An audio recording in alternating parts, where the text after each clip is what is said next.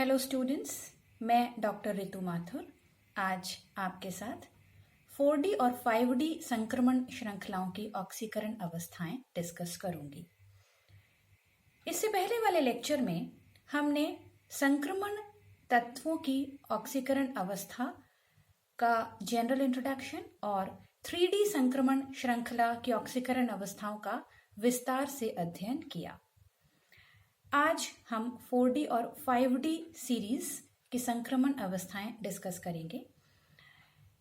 जो general description है उसके लिए आप पुराना लेक्चर देख सकते हैं, लेकिन फिर भी हम एक क्विक रिवीजन उन टॉपिक्स का जो कि यहाँ भी रेलेवेंट हैं वो करेंगे। तो सबसे पहले ऑक्सीकरण अवस्था क्या होती है? किसी भी तत्व के यौगिक से अन्य एटम को आयनों के रूप में पृथक करने के पश्चात तत्व पर शेष रहा आवेश ऑक्सीकरण अवस्था है। फॉर एग्जाम्पल, अगर हम मैग्नीशियम क्लोराइड लेते हैं और इसमें से दो जो क्लोराइड आयंस हैं उनको रिमूव कर देते हैं तो मैग्नीशियम पर +2 चार्ज रहता है, अर्थात इसकी ऑक्सीकरण अवस्था +2 है। जैसा कि पिछले लेक्चर में बताया जा चुका है कि संक्रमण तत्व परिवर्तनीय ऑक्सीकरण अवस्थाएं प्रदर्शित करते हैं, और इसका कारण क्या है कि जैसा कि आपको पता है संक्रमण तत्वों में जो इलेक्ट्रॉन्स हैं वो Ns और N-1d सबशेल्स में भरे जाते हैं।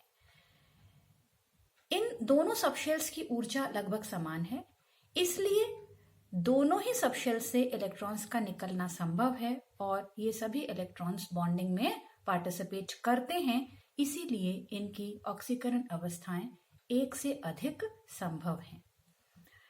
किसी भी डी श्रृंखला के जो प्रारंभिक तत्व हैं, यानी अगर हम किसी डी श्रृंखला में लेफ्ट से राइट की तरफ जाते हैं तो शुरू के जो तत्व हैं वह उच्च ऑक्सीकरण अवस्था में स्थायी होते हैं, जबकि डी श्रृंखला में मध्य के बाद के जो तत्व हैं उनमें निम्न ऑक्सीकरण अवस्था ज्यादा स्थायी होती है। साथ ही जब हम लेफ्ट से राइट किसी भी संक्रमण श्रृंखला में चलते हैं तो शुरू में अयुग्मित इलेक्ट्रॉन्स की संख्या बढ़ती जाती है, यानी कि D1, D2, D3, D4 और D5, और जैसे जैसे अयुग्मित इलेक्ट्रॉन्स की संख्या बढ़ेगी ऑक्सीकरण अवस्थाएं भी बढ़ती जाएंगी। मध्य में आने के पश्चात यानी कि D6 ऑनवर्ड्स इलेक्ट्रॉन्स की पेयरिंग स्टार्ट हो जाती है, अयुग्मित इलेक्ट्रॉन्स की संख्या घटती जाती है, और जैसे जैसे अयुग्मित इलेक्ट्रॉन्स की संख्या घटेगी यानी कि युग्मन शुरू होगा, ऑक्सीकरण अवस्थाएं भी घटती चली जाएंगी। ये सब कुछ हम पुराने लेक्चर में डिस्कस कर चुके हैं। अब हम बात करते हैं 4D संक्रमण श्रृंखला की। तो यहाँ आप देख रहे हैं कि 4D संक्रमण श्रृंखला जो कि येट्रियम से स्टार्ट होती है और कैडमियम तक समाप्त होती है। इनके ऊपर आपको इन सभी एलिमेंट्स के इलेक्ट्रॉनिक कॉन्फ़िगरेशंस लिखे हुए दिख रहे हैं। तो यहाँ हम ये देखते हैं कि सबसे पहले सिल्वर का केस डिस्कस करें। सिल्वर में +1 ऑक्सीकरण अवस्था संभव है। ऐसा क्यों है? क्योंकि इसका इलेक्ट्रॉनिक विन्यास 4D10 5s1 है। तो यहाँ 5s से अगर एक इलेक्ट्रॉन निकल जाता है तो D के पास में D सबशेल में 10 इलेक्ट्रॉन्स रह जाते हैं, जो कि इसकी फुलफिल अवस्था है और काफी स्थायी है, इसलिए सिल्वर में +1 ऑक्सीकरण अवस्था संभव है। अब हम यहाँ से बात करें येट्रियम से। येट्रियम में 4D15s2 इलेक्ट्रॉनिक विन्यास है।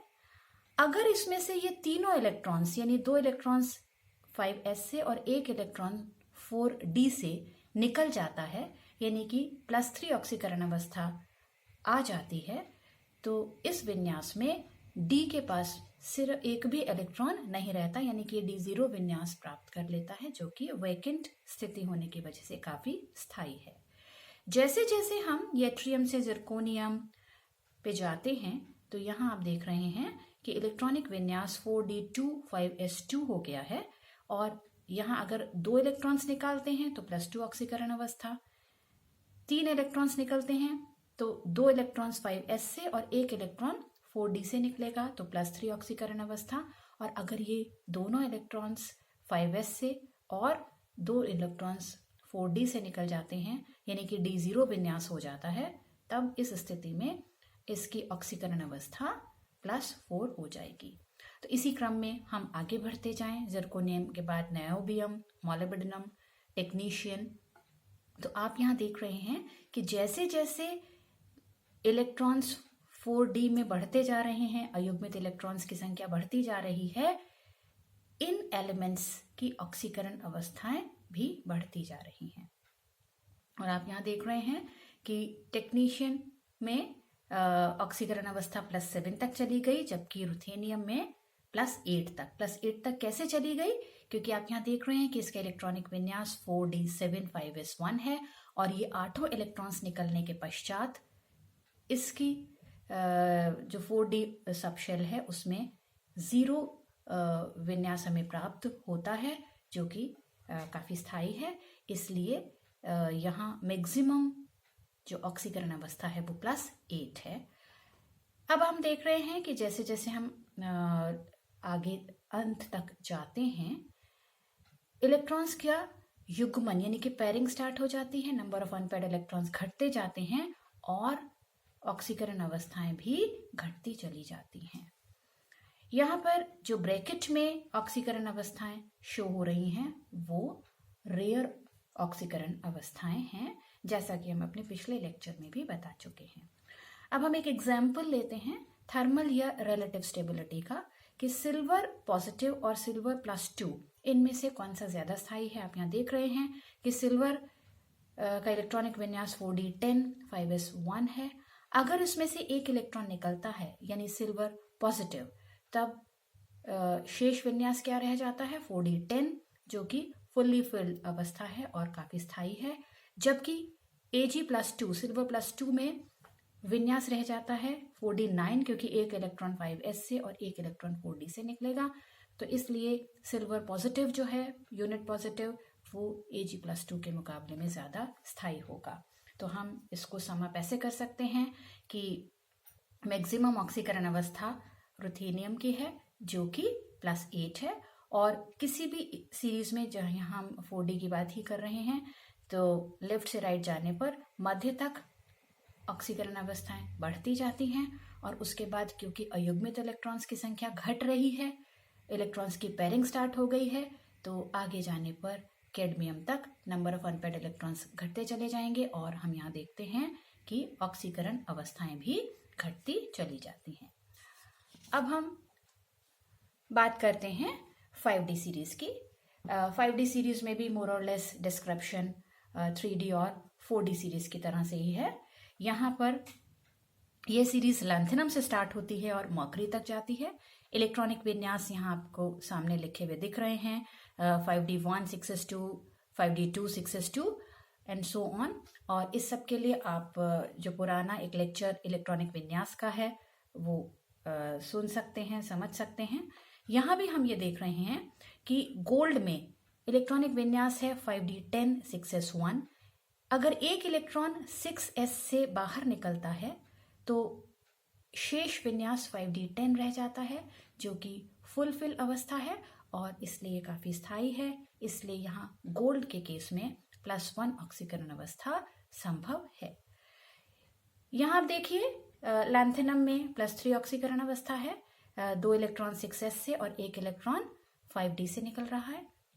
जैसे जैसे हम आगे जाते जाते हैं, नंबर ऑफ अनपेयर्ड इलेक्ट्रॉन्स बढ़ते चले जाते हैं, एक एक इलेक्ट्रॉन d ऑर्बिटल के अंदर आ रहा है।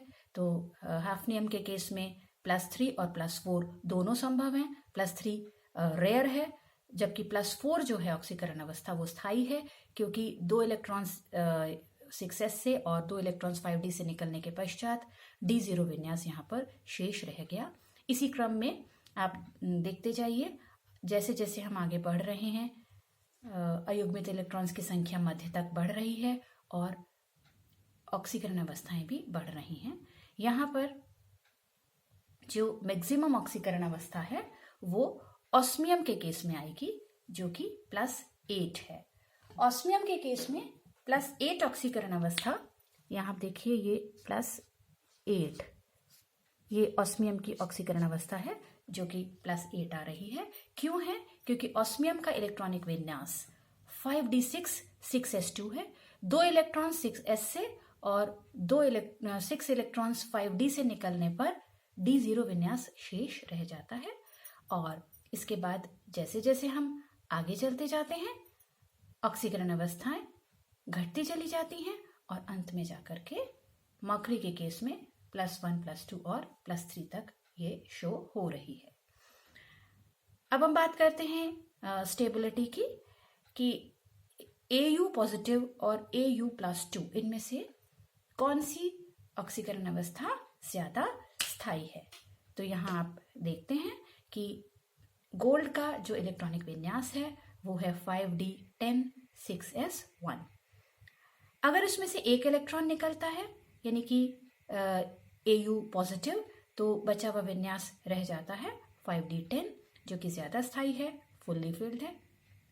जबकि Au+2 के केस में विन्यास जो शेष रह जाता है वो है 5d9। तो हम ये देखते हैं कि Au positive is more stable then Au+2। तो अब इसको समअप करें कि 5d श्रृंखला में ऑस्मियम सर्वाधिक ऑक्सीकरण अवस्था प्रदर्शित करता है। और यहाँ ये भी स्पष्ट है कि मध्य के तत्वों में यानी कि रीनियम, ऑस्मियम, इनमें अधिकतम ऑक्सीकरण अवस्थाएं हैं, जबकि लेफ्ट और राइट के जो एलिमेंट्स हैं वो कम ऑक्सीकरण अवस्था शो करते हैं। यानी लैंथेनम से अगर हम ऑस्मियम तक आते हैं तो नंबर बढ़ता जाता है और उसके बाद में वापस घटता जाता है। तो ये था 4D और 5D ट्रांजिशन सीरीज के ऑक्सीकरण अवस्थाओं के बारे में। Thank you.